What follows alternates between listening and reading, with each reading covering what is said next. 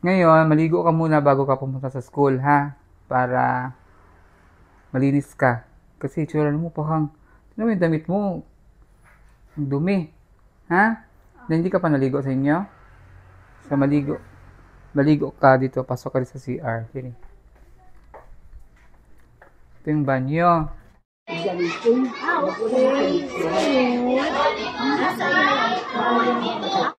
Si Ma'am Rodelyn, grade 5 teacher po siya dito. Dito sa ex-Video Elementary School po. Form niya. Uniform sa Tobiano. Mulakaw na si Marbel, madto na siya sa school. So, muni yang uniform gyud. Dali na. Okay na. Napaingon na siya sa school. Kay walking distance lang.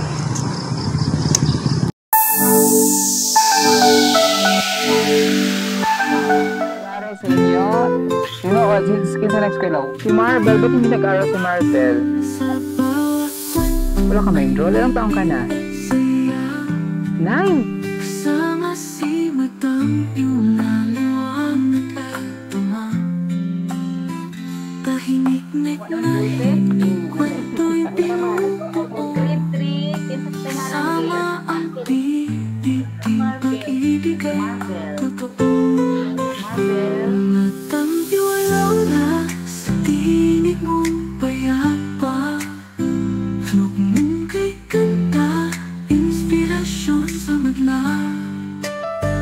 Pagkal ng tugtugin, puso'y sumasabay sa bawat sandali, ala-alay ka pa. Sa lente ng kamera, buhay ay kulay, mga kwentong simple, biglang sumisikat ng tunay.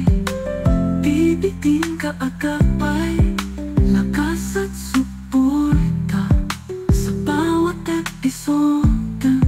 Damdamin ay puuna, mga kambyo lang na sa tinig mong payapa.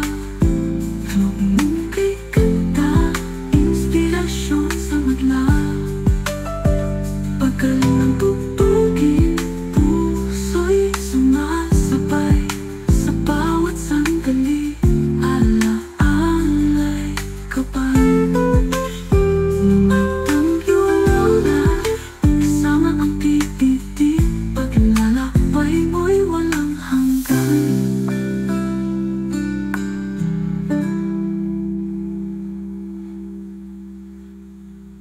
Ngayon, maligo ka muna bago ka pumunta sa school, ha? Para malinis ka. Kasi itsura mo parang, ano yung damit mo? Ang dumi. Ha?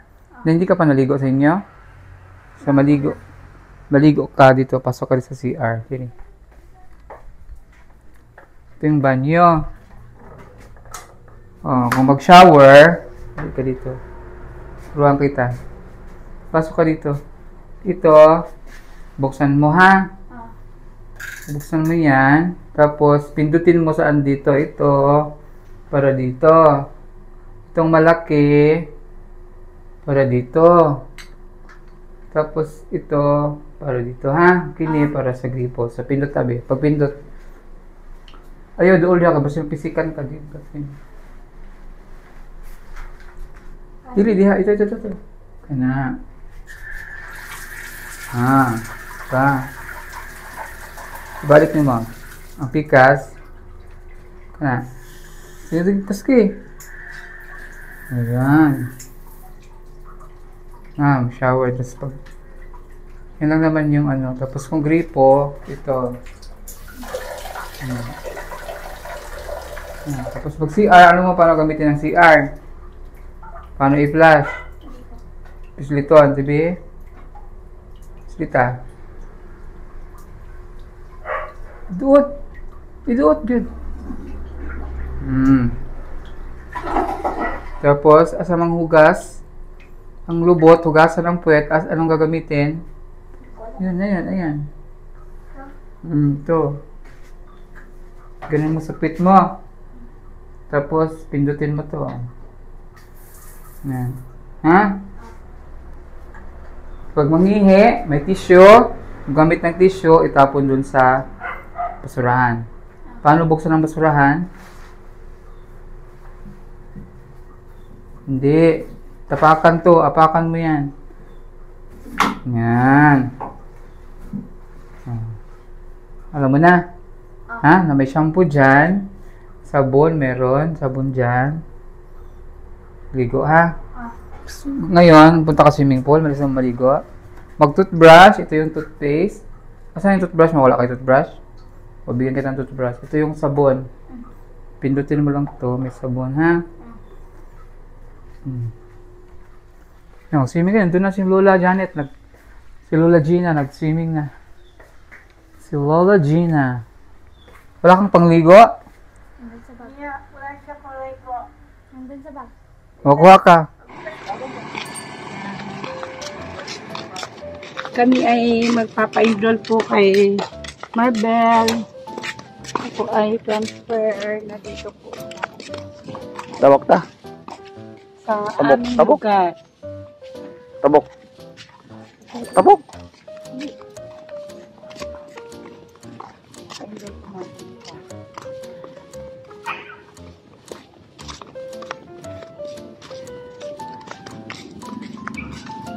Napakainit po.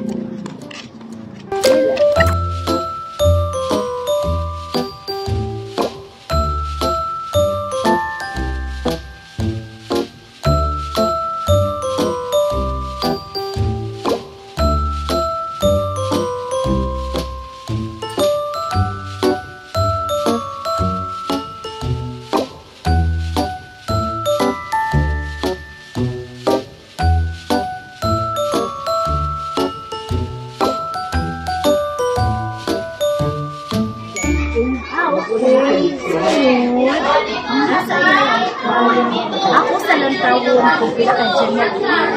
26 naman po ako sa Janet.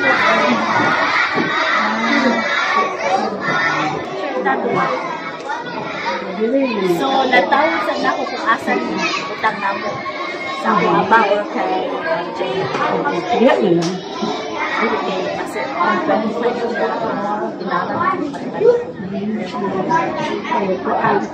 Good afternoon. Ito po yung nag-video.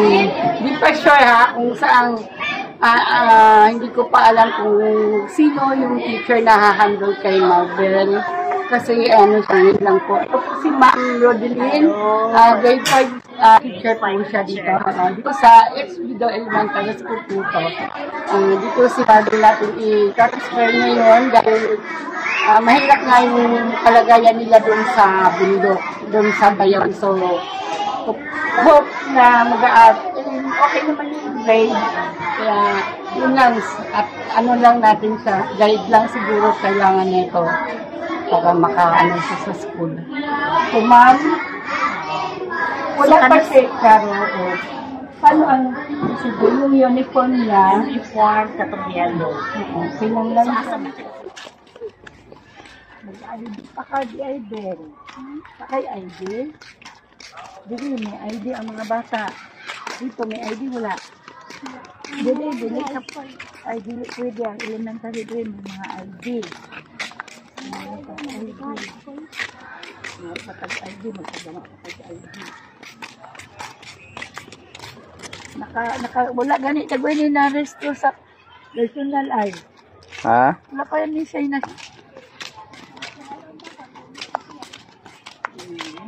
Ako nang lana, ako na siya ng ID. Hindi pwedeng wala. Pwede ka iparesto dili sa bayaran.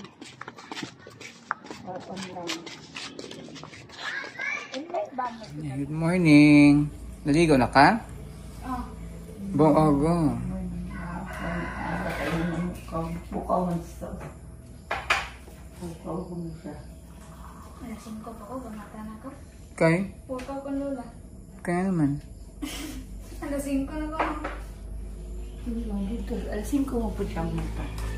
Sa ako itigilan, ayaw tulog gabiin na. Umaga ka dapat matulog. Naligo na si Marvel. Pero the sweat fee pa naman pasok. 7:15 to 8. Hindi. Yung mga damit po ni Marbel, wala po siyang damit dahil ayaw po ipadala ng lola niya. Pinaiwan. Kaya maghanap po tayong damit niya ngayon. Kasi hindi naman pwedeng ganyan siya pupunta sa school. Ganyan. Iba kasi yung school doon, sa bundok. Nandito ka na sa highway. Lahi mo dito. Ang uniform mo dati, asa na? Imong uniform, imong palda na blue. Katong blue sa imong gamiton. Then upper, kahit casual na lang muna siya. Yung t-shirt baka nga puti. Puti pod. Puti. Yung binili natin sa kanya. Yung binili namin sa'yo, yung binili natin, t-shirt na puti. Di ba binilan ka ng t-shirt na white? Dinala mo? Opo ha. Tubog gani sa mga may edad po, opo, dili, Sabihin mo? Ano? Opo. Po, anak. Tawag gani ka po. Opo, anak ha. Asa ka naligo? Dito? Dito sa CR. Sa kabila. Sige, magkape, mag-break. Ayan, may palaman. Upo ka. Ayan, dito tag-umahaw. Ganyan ka mamahaw na. Mukhaon ka kanon.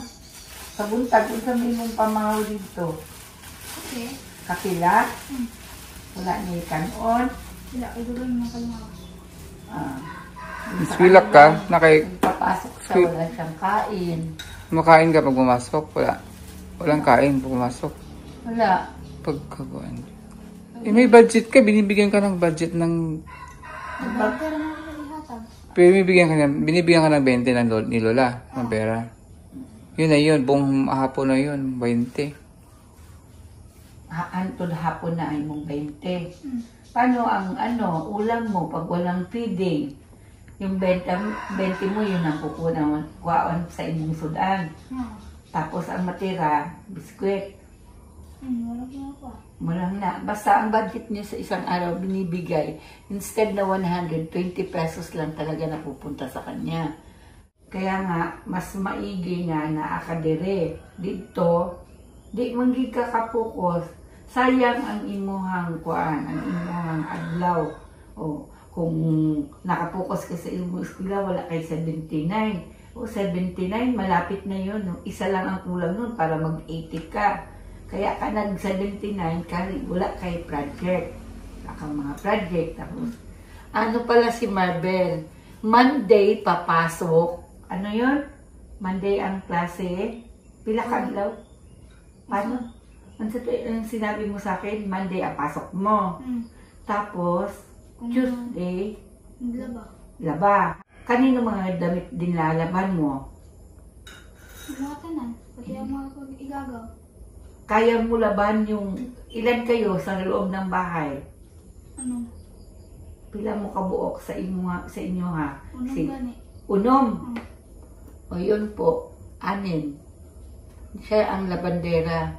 Kaya ayaw siyang bitawan ng lola niya kasi tingin niya malaking tulong si Marbel. Yun nga sabi niya, matanda na daw siya.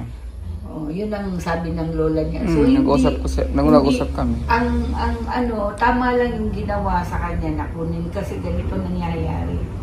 Pinapag-aral natin, sinusuportahan ng mga sponsor. Hindi naman napupunta sa kanya. Kasi ang ayuda, yung mga bigas, although lahat naman sila nakakakain. Kaya lang, yung para sa kanya, di naman napunta sa kanya. Napupunta pa rin doon sa pamilya niya.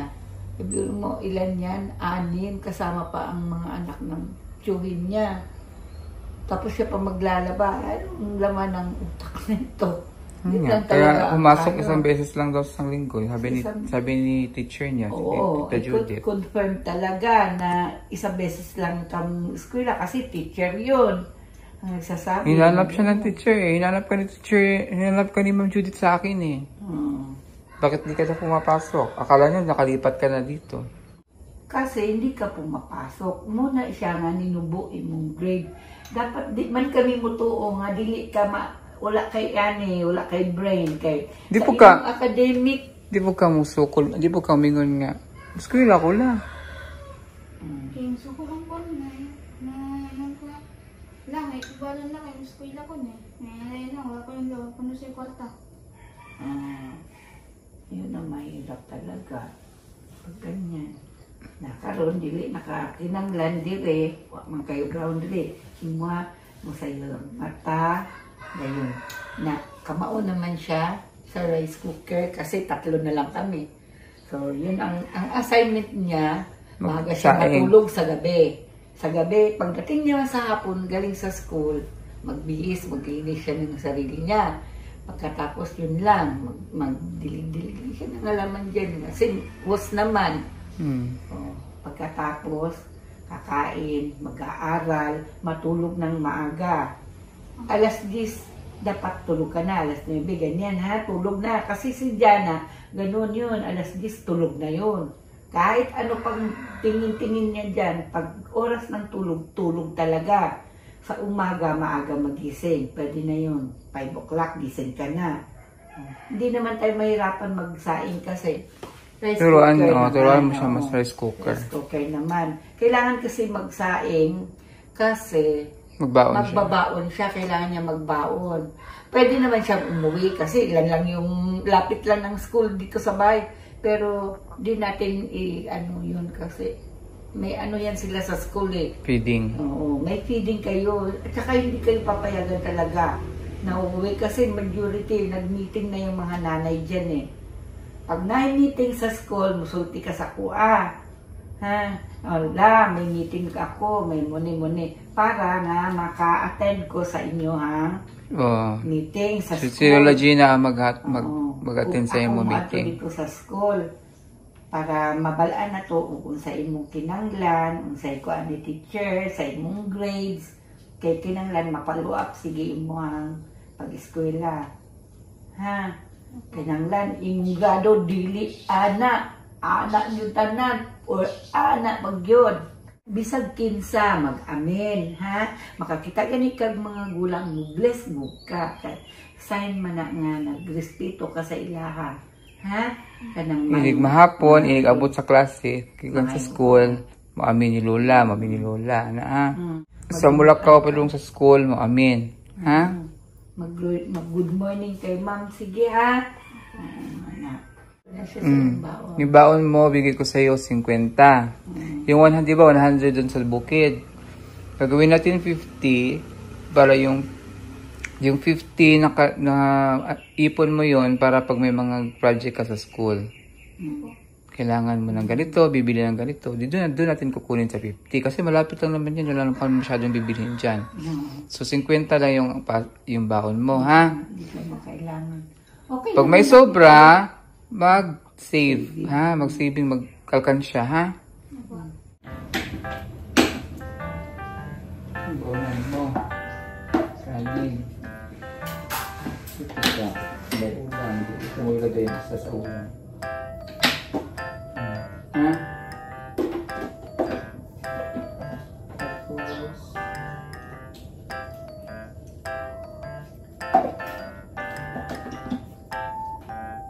tubig.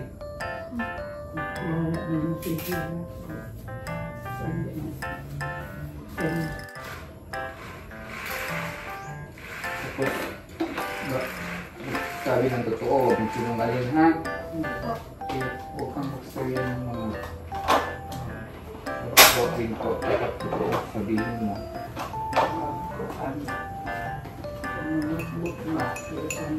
Pili mong labot o gamit sa ugan, ha? Kung nakikwaon, nakikganito, nahihir. Sabihin mo lang, Okay. sabihin mo na po, di pwede yan. Dili ang mga gamit, mga gamit, nagkalat-kalat ka na siya. Pero, mananggap yun. Kaya, malimot pa sa ibutang, yung lain mo ano, ay, kung maglabot, makita mo diya ko, no? Nalipot, dagan kay CCTV sa sulod balay. Mga kamera mo, kita na po ang natin. Ha, kana kamera na. Yung mga kamera, makita. Saka bad yung mga hilabot. Ha? Mayo. Kung lagot ka, di na, wala kayo nakasaligas ng mga tao.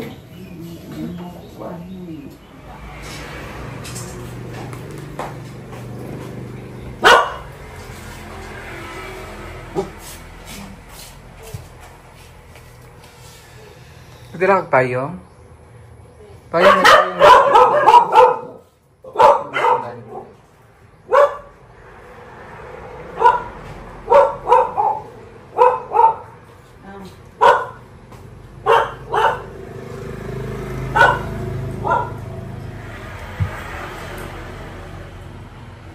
Sige, kut-kut sa ulo ha. Okay, sige, manirisin ka ba niya si anak ko do? Baka may kuto yan. Meron nga. Pakanuan po nag-agmictin para matangtang ang kuto. Agmictin ha, para si Iro. Parang si Prodol pa kayo ng agmictin para matangtang ang kuto. Lice alis. Di ba kayo daghan? Ano manirisin? Kasi manirisin mo. Kut-kut. At sa inyo ha. Oras na ba? Pa na si Maribel. Maaga pa naman. Maaga pa. Ayun, ready na si Maribel. Puto lang dyan muna. Wala pa, maaga pa eh. Yan si Maribel. Kaya to, di mo na siya good kay. Iba pa na siya yung classroom na klaro. Wala pa, maniyak-iyak ka. Mga 7:30 kay Alice.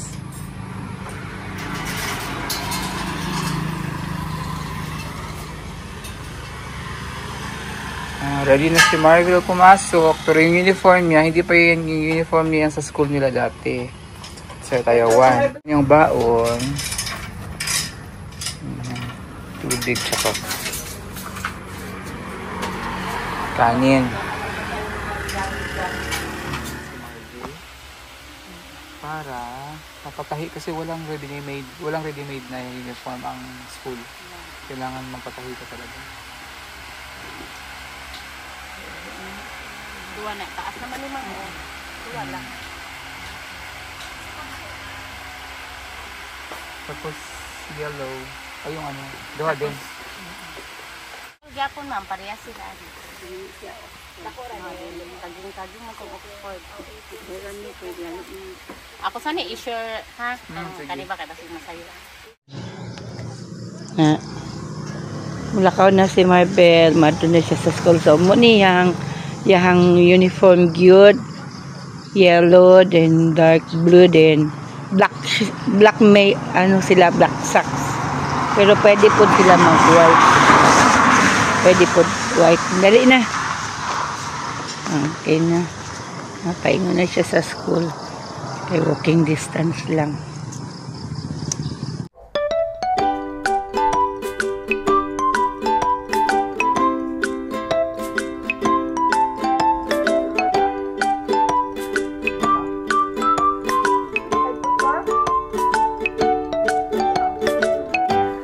Yan ang paborito ni Maribel, mag-swimming.